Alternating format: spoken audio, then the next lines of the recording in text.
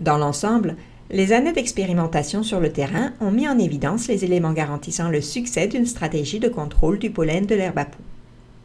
Un prérequis à cette stratégie est un leadership municipal fort, combiné à l'engagement de certains acteurs incontournables, direction territoriale du ministère des Transports du Québec, ou gestionnaires de grands terrains potentiellement infestés par la plante, comme les industriels, les promoteurs immobiliers ou les gestionnaires de terrains publics tels que les commissions scolaires ou les établissements de santé. C'est la formule gagnante mise en place à Salaberry de Valleyfield dans un projet de gestion intégrée de l'herbe à poux mené de 2007 à 2010. La première clé, savoir quand intervenir sur l'herbe à poux, constitue un gage d'efficacité.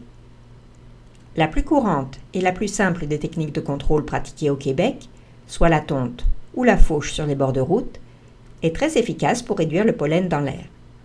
Il suffit pour cela d'ajuster le calendrier d'entretien pour l'adapter à la floraison de la plante, généralement sans coût additionnel. 2 coupes effectuées successivement, la première à la mi-juillet, suivie par une seconde coupe environ mi-août selon les conditions météorologiques, auront un impact important sur la quantité de pollen émis par l'herbe à poux. En procédant ainsi à 2 tontes ciblées au cours de l'été, Agriculture et Agroalimentaire Canada a démontré, en conditions contrôlées, que la production de pollen peut être réduite de 9 fois et le nombre de semences viables de près de 5 fois en comparaison à des plants qui ne sont pas coupés. Ainsi, seulement si elle est pratiquée avant que l'herbe à poux relâche son pollen dans l'air, cette méthode de contrôle est une formule gagnante pour la santé des personnes allergiques.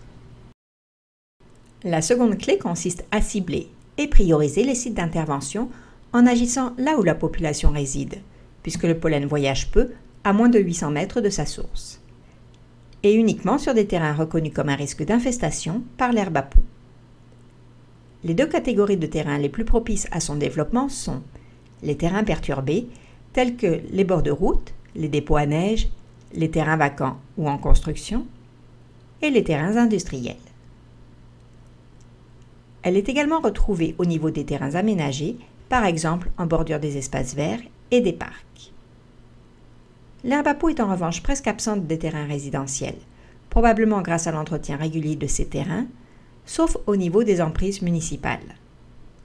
À ces endroits, sa présence est due aux conditions extrêmement salines liées à l'utilisation des sels de déglaçage en hiver. Le graphique suivant résume certains résultats du projet de gestion intégrée de l'herbe à poux mené à Salaberry de Valleyfield, qui démontre que sur les terrains sur lesquels l'herbe à poux est la plus abondante, les terrains perturbés et industriels, l'intervention a été très efficace.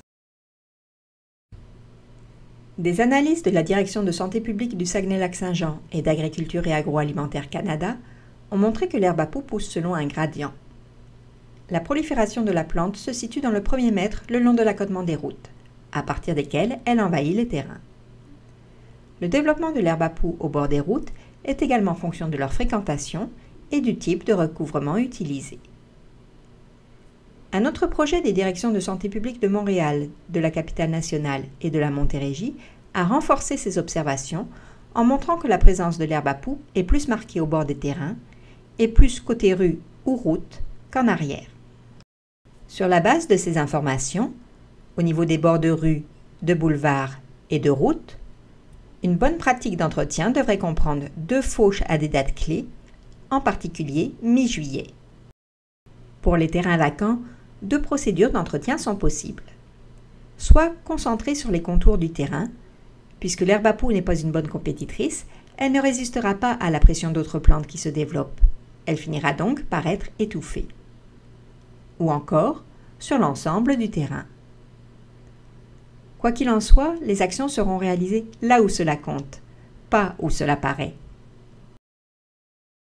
L'entretien régulier effectué environ 1 fois par semaine au niveau des espaces verts et des parcs, des terrains d'école, de garderie ou sur les terrains résidentiels est suffisant pour contrôler le développement de l'herbe à poux. La 3e clé est d'intervenir chaque été à des moments critiques. La gestion de l'herbe à poux doit devenir une pratique courante d'entretien des terrains, ce qui assure la pérennité des interventions. La recherche a démontré qu'une telle pratique est efficace en quelques années. Avec moins de pollen dans l'air et des plants qui se reproduisent moins, la densité de plantes diminuera progressivement. Et le travail aussi. L'engagement des propriétaires de terrains corporatifs ou vacants et les actions citoyennes représentent la quatrième clé. Ils renforcent les actions municipales en les soutenant grâce à l'entretien adéquat de leurs propriétés. Mais la gestion intégrée de l'herbe à poux entraîne-t-elle une amélioration de la santé des personnes allergiques? La réponse est oui. En s'appuyant sur ces 4 clés de gestion efficace de l'herbe à poux, la municipalité de Salaberry de Valleyfield et ses partenaires, gestionnaires de grands terrains et de routes, ont réussi à faire diminuer les symptômes d'allergie au pollen d'un citoyen allergique sur 2 et à améliorer leur qualité de vie en moins de 3 ans d'action ciblée. La stratégie mise en œuvre est donc efficace. Cependant, la dépense en vaut-elle la peine? Des chercheurs de l'Université de Montréal ont comparé l'intervention proactive effectuée à Salaberry de Valleyfield avec un entretien courant ne ciblant pas l'herbe à poux. Cette analyse économique a montré que les ressources étaient bien investies. Ainsi, il est possible d'agir avec efficacité et à très peu de frais. Ne rien faire coûte cher à la société québécoise, alors qu'il a été démontré qu'une stratégie d'intervention concertée est très coût-efficace. Et si, dès à présent, plus de municipalités mettaient en place un plan d'intervention dès cet été? Si le ministère des Transports portait une attention particulière à l'entretien des bords de route à la mi-juillet? Si les responsables de terrain, gestionnaires d'édifices publics, d'écoles, de garderies, de parcs industriels et promoteurs immobiliers, mettaient en œuvre des mesures de prévention et de contrôle de l'herbe à poux simples et éprouvées? Si enfin, le réseau de la santé publique soutenait encore plus activement ces différentes initiatives, la qualité de vie de plus d'1 million de Québécois et de leurs familles s'en trouverait nettement améliorée. Pourquoi attendre encore? Agissons dès maintenant!